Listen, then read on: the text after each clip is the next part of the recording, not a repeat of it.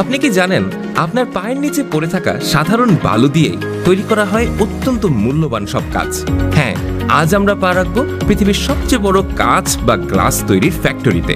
সেখানে দেখব কিভাবে বালু দিয়েই তৈরি করা হয় জানালা, মোবাইল কিংবা গাড়িতে ব্যবহার করার মতো কাজ। কাঁচ তৈরির মূল উপাদান হলো সিলিকা বালু।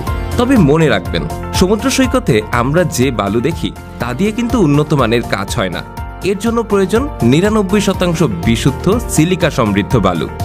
এই বিশেষ বালু সংগ্রহের জন্য বড় বড় খনিতে ডিনামাইট দিয়ে বিস্ফোরণ ঘটিয়ে পাথর ভাঙা হয়। এরপর সেই পাথরগুলোকে বড় বড় ইন্ডাস্ট্রিয়াল মিলে গুঁড়ো করে একেবারে মিহি বালুতে পরিণত করা হয়।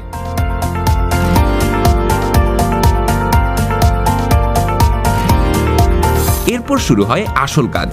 প্রতি ঘন্টায় প্রায় 220 টন বালু পরিষ্কার করার ক্ষমতা সম্পন্ন বিশাল ওয়াশিং মেশিনে এই বালু ধোয়া হয়। এখানে ওয়াটার জেটের মাধ্যমে বালুর ময়লা দূর করা হয় এবং সেন্ট্রিফিউগাল ফোর্স ব্যবহার করে বালুর ভেতর থেকে ভারী ধাতব কণাগুলো আলাদা করা হয়।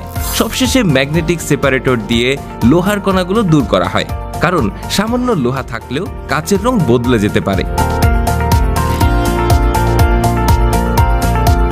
পরিশোধিত এই বালুর সাথে মেশানো হয় সোডিয়াম কার্বনেট এবং ক্যালসিয়াম কার্বনেট। সোডিয়াম কার্বনেট বালুর গলনাঙ্ক কমিয়ে দেয়, ফলে কম তাপে এটি গলতে শুরু করে। আর ক্যালসিয়াম কার্বনেট কাচকে টেকসই করতে সাহায্য করে। আর নীল রঙের কাচ বানাতে এর সাথে কোবাল্ট অক্সাইড মেশানো হয়। এরপর এই মিশ্রণটি পাঠানো হয় বিশাল এক গ্যাস ফার্নেসে। এখানকার তাপমাত্রা থাকে 1650 ডিগ্রি সেলসিয়াস, যা আগ্নেয়গিরির লাভার চেয়েও বেশি উত্তপ্ত। এই তীব্র তাপে বালু গলে গিয়ে তরল কাঁচ বা লিকুইড গ্লাসে পরিণত হয়। কারখানার কর্মীদের এই সময় আগুনের তেজ থেকে বাঁচতে ফায়ারপ্রুফ স্যুট ও কেভলার গ্লাভস পরতে হয়। এর প্রায় 24 ঘন্টা পর বালু তার অস্তিত্ব হারিয়ে টকটকে লাল তরল লাভায় রূপ নেয়।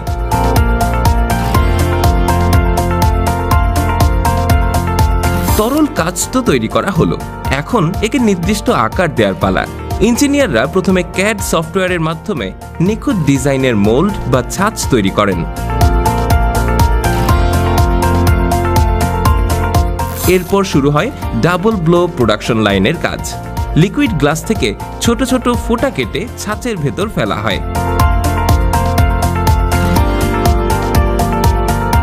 এরপর উপর থেকে কম্প্রেসড এয়ার বা উচ্চ চাপের বাতাস দেওয়া হয়, আর এটাই কয়েক সেকেন্ডের মধ্যেই একটি পরিপূর্ণ বোতল বা জারের আকারে তৈরি হয়ে যায়। পুরো প্রসেসটি এত দ্রুত এবং নিখুঁতভাবে হয় যে প্রতি সেকেন্ডের 1000 ভাগের 1 ভাগ সময়ও এখানে গুরুত্বপূর্ণ। এই অটোমেটেড মেশিনের সাহায্যেই একটি ফ্যাক্টরি দিনে লাখ লাখ বোতল তৈরি করতে পারে। তৈরি হওয়া নতুন বোতলগুলো তখনও আগুনের মতো লাল হয়ে থাকে। রোবোটিক আর্মগুলো খুব সাবধানে এই বোতলগুলোকে তুলে নিয়ে একটি কনভেয়ার বেল্টে রাখে। এরপর এগুলোকে একটা লম্বা টানেলের ভেতর দিয়ে নিয়ে যাওয়া হয়, যেখানে তাপমাত্রা ধীরে ধীরে কমিয়ে আনা হয়। এই ধীরে ধীরে ঠান্ডা করার প্রক্রিয়াকে বলা হয় অ্যানিলিং। হুট করে ঠান্ডা করতে গেলে কাঁচ ফেটে যেতে পারে, তাই এই ধাপটি অত্যন্ত জরুরি। ঠান্ডা হওয়ার পর প্রতিটি বোতলকে হাই স্পিড ক্যামেরা এবং অপটিক্যাল সেন্সরের নিচে দিয়ে যেতে হয়। যদি কোনো বোতলে কোনো ছোট ফাটল, বুদবুদ বা দাগ থাকে, তবে সেন্সর সেটি শনাক্ত করে স্বয়ংক্রিয়ভাবে লাইন থেকে সরিয়ে ফেলে। শুধুমাত্র শতভাগ নিখুঁত বোতলগুলোই পরবর্তী ধাপে যাওয়ার অনুমতি পায়। পরীক্ষায় পাশ করা বোতলগুলো এবার চলে যায় প্যাকেজিং এরিয়ায়।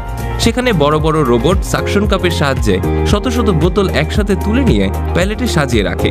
প্রতিটি লেয়ারের মাঝে প্রোটেক্টিভ শীট দেওয়া হয়, যাতে যাতায়াতের সময় ঘষা লেগে কাচের ক্ষতি না হয়। সবশেষে প্লাস্টিক ফিল্ম দিয়ে মুড়িয়ে বক্সগুলোকে জাহাজে বা ট্রাকে তোলার জন্য প্রস্তুত করা হয়। বড় বড় ফ্যাক্টরিগুলোতে কিন্তু কাচের একটি টুকরাও নষ্ট করা হয় না। পুরনো বা ভাঙা কাচের টুকরোকে সংগ্রহ করে আবারও নতুন বালির সাথে মেশানো হয়। রিসাইকেল করা কাচ ব্যবহারে বিদ্যুৎ খরচও অনেক কমে যায় এবং পরিবেশও বাঁচে। আপনি জানলে অবাক হবেন, মানুষ ইচ্ছে করেই কাচ আবিষ্কার করেনি, বরং এটা ভুল করে আবিষ্কার হয়ে গিয়েছিল।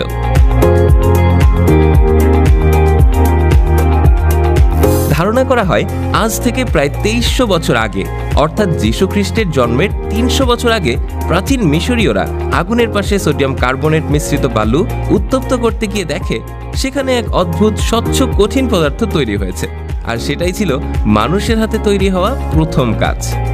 আর তাছাড়া যখন আগ্নেয়গিরির লাভা প্রচণ্ড চাপে পাথর গলিয়ে ফেলত, কিংবা মরুভূমির বালুর উপর প্রচণ্ড বেগে বজ্রপাত হতো, তখন অতিরিক্ত চাপে প্রাকৃতিকভাবেই এক ধরনের কাঁচ তৈরি হতো।